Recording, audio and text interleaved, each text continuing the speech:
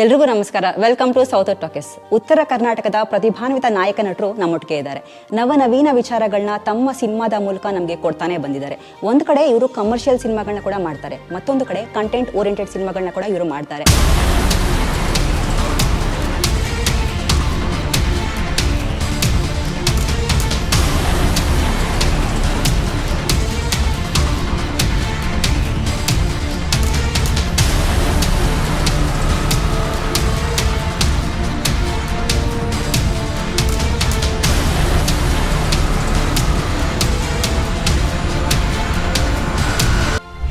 ನಿಮ್ಮೆಲ್ಲರ ನೆಚ್ಚಿನ ಕನ್ನಡದ ನಮ್ಮ ನೆಚ್ಚಿನ ನಾಯಕ ನಟರು ನವೀನ್ ಶಂಕರ್ ಸರ್ ಅವರು ನಮ್ಮೊಟ್ಟಿಗೆ ಇದ್ದಾರೆ.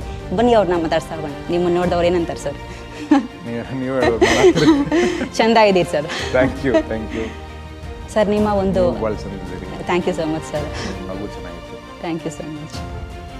2018ರಲ್ಲಿ ಗುಲ್ಟು ಸಿನಿಮಾದ ಮೂಲಕ ತಮ್ಮ ಸಿನಿ ಪಯಣ ಶುರುವಾಗುತ್ತೆ. ಅಲ್ಲಿಂದ ಇಲ್ಲಿ ತನಕ ಇದೇ ತಿಂಗಳು 31ನೇ ತಾರೀಕು ನೋಡಿದವರು ಏನಂತಾರೆ ಸಿನಿಮಾ ರಿಲೀಸ್ ಆಗ್ತಾ ಇದೆ. ಸೊ ಈ ಒಂದು ಜರ್ನಿ ನೀವು ನೋಡಿದ್ರೆ ಏನು ಅನ್ಸುತ್ತೆ ಸರ್? ಲೈಕ್ ಸ್ಯಾಟಿಸ್ಫ್ಯಾಕ್ಷನ್ ಇದೆಯಾ ನಿಮಗೆ? ಸೊ ಟ್ರೈಲರ್ ಬಂದಾಗ ಏನು ಎಸೆನ್ಸ್ ಇರ್ತಲ್ಲ ಅದನ್ನೇ ಸಿನಿಮಾ ಇರೋದು ಎಕ್ಸ್ಪೆಕ್ಟ್ ಮಾಡ್ಬೋದು. Okay okay. ಅದರ ಹೊರತಾಗಿ ಏನೇ ಎಕ್ಸ್ಪೆಕ್ಟ್ ಮಾಡಿದ್ರು ಕೂಡ ಬಹುಶಃ ನಿಮಗೆ ಅಂದರೆ ಸಿನಿಮಾದ ಟ್ರೈಲರ್ ಎಸೆನ್ಸ್ ಏನಿದೆ ಅದು ಅಷ್ಟು ಸ್ಯಾಟಿಸ್ಫ್ಯಾಕ್ಷನ್ ಕೊಡುತ್ತೆ. ಕಮಲ್ ಹಾಸನ್ ಅವ್ರದ್ದು ಒಂದು ಕಲ್ಕಿ ನೋಡಿದಾಗ 2 ಶೇಡಲ್ಲಿ ಅವ್ರು ಏನು ಕಾಣಿಸ್ತಾರೆ ಅಲ್ಲಿ CG. ಸೊ ನವೀನ್ ಶಂಕರ್ ಸರ ಇದು ಅಂತ ರಿಯಲಿ ಅಷ್ಟೊಂದು ಅಮೇಝಿಂಗ್ ಆಗಿತ್ತು.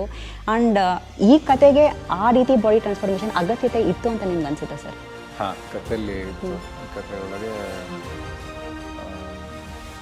ಅವ್ನ ಜರ್ನಿ ಸಾಕ್ತಾ ಒಂದು ಡಿಸ್ಟರ್ಬ್ ಫೇಸ್ ಬರುತ್ತೆ. ಆ ಫೇಸ್ ಒಳಗೆ ಅವ್ನು ಹಂಗೆ ಆಗ್ತಾನೆ.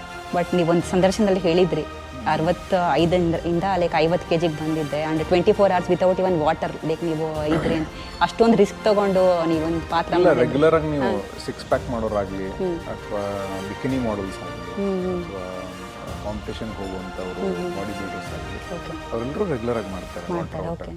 ಜಾಸ್ತಿ ಮಾಡಿದಷ್ಟು ತುಂಬ ಆರೋಗ್ಯವಂತ ಪ್ರಾಸೆಸ್ ಅಲ್ವಲ್ಲ. ಹೌದು.